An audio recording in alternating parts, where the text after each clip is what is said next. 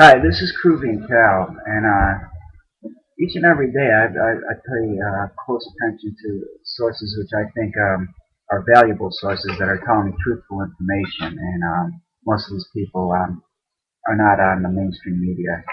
And what I aim to do is kind of give you the information and relay it to you in a manner that regular people can understand.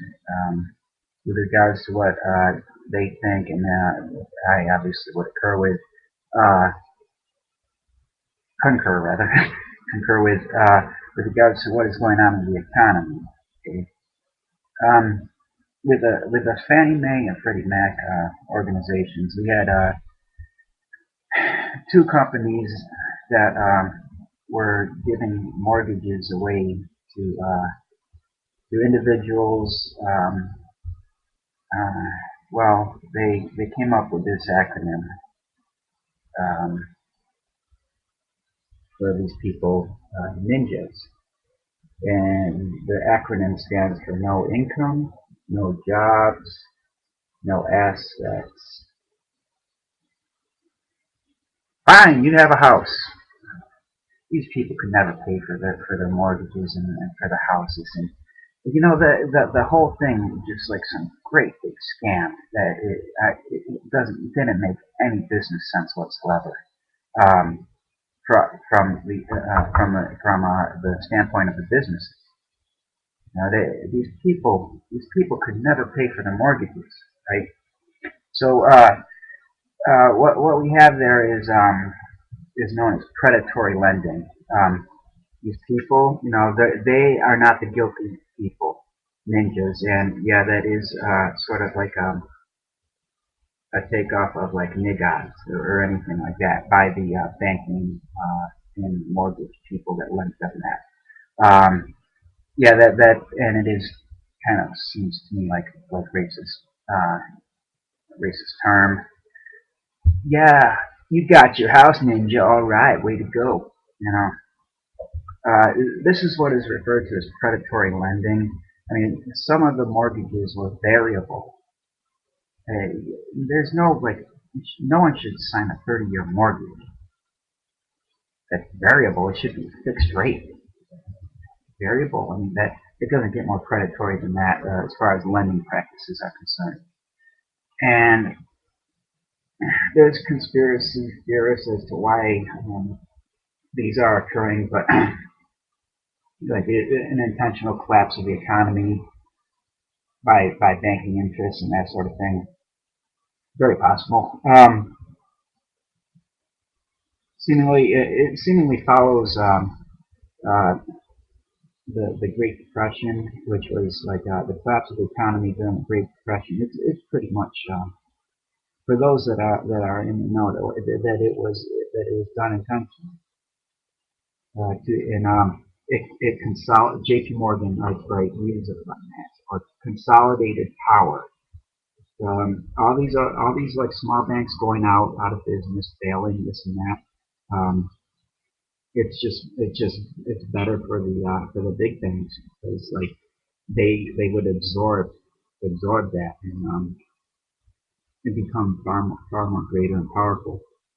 That's what happened in the Great Depression, and it's what's happening now. And you know, history is repeating itself pretty much as far as that is concerned. Um, but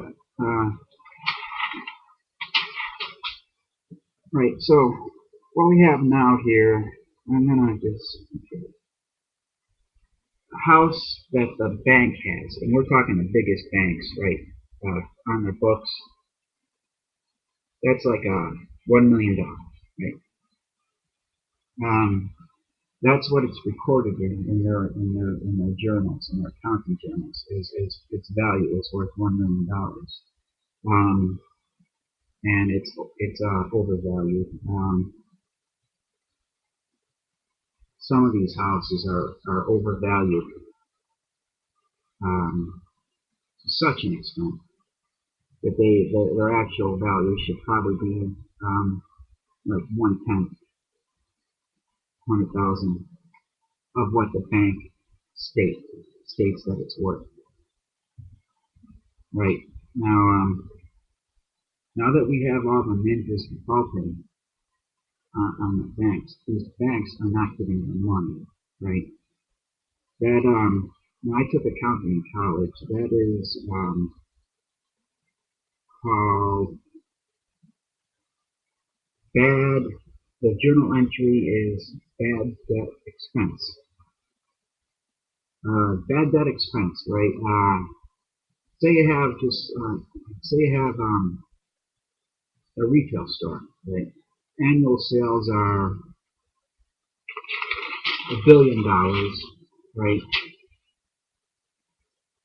Just pick the nose there a little bit. Annual sales for retail sales for the store are $1 billion. Um, Still, in their journal, the retail store has this account called bad debt expense, and it's prefigured. It's like, okay, say it's like the percentage of it's 1%. 1% bad debt expense, 1% of your annual sales of $1 billion um, goes into the bad debt expense, meaning it's figured that 1% of your all the value of the goods sold there, people are not going to be able to pay for it. They're going to default on a credit card payment or something like that, and so they're not going to receive that money on their next bad debt expense. So yeah, 1% of all your money written off annually. With this is 90% right here. 90% that would have to be written off. The people that hold these mortgages, like Bank of America, the biggest banks in the world, that's 90% that would have to be written off, written down. Bad debt expense. The money just doesn't. They're not getting paid. The banks, because of the default, the money does not exist in the system to pay them back. This equals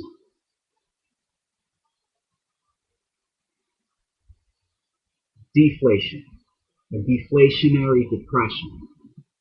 Extraordinarily scary.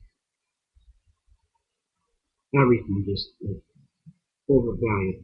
What we have with the Federal Reserve and the quantitative easing. Quantitative easing is pretty much the Federal Reserve pumping money into the system. And the reason why they're trying to pump money into the system is they're trying to combat this deflation. But so quantitative easing 2, QE2, was $600 billion. And it's going to be $600 billion. It was announced by Chairman of the Fed, Ben Bernanke. $600 billion. That's like an inflationary procedure to try to combat the deflation, but it's not going to be enough. The houses have to just devalue, and the banks have to write it off as a loss. Pretty much the banks, they're not going to be able to, the biggest banks in the world are not going to be able to stay solvent. No matter, like the QE2 of $600 billion isn't going to be enough. And as you can see, pretty much, like as far as inflation is concerned, it's occurring, but it's occurring with commodities. The thing you don't want it to happen with commodities. That's your food and energy. That's the two biggest things that the American person is a consumer of to keep alive. Energy, oil, and food. Commodities. This is where the inflation is occurring in the commodities market. It's occurring elsewhere. The stock market, like jumping up to 11,000 or something. That's not like the stock market doing good or anything like that. That's just fucking inflation. That's a sign of inflation. So we have inflation, and these measures by the Federal Reserve to try to combat the bad debt expense that the banks have to write down is furthering the pain that all of you are going to feel and are feeling right now, and it's going to increase and it's going to get worse. Uh, I hope this is helpful to all of you. Expect commodities to continue to rise, and if you buy food now, never mind like doomsday says or the economic collapse and this and another thing. If you buy food now, it's going to be worth far more in the future. So it's you save money now by buying food now and storing food now, and in the future you can sell the food for a greater value. It's a good investment. Food, commodities, food, gold and silver. If you can get your hands on it, okay, take it easy.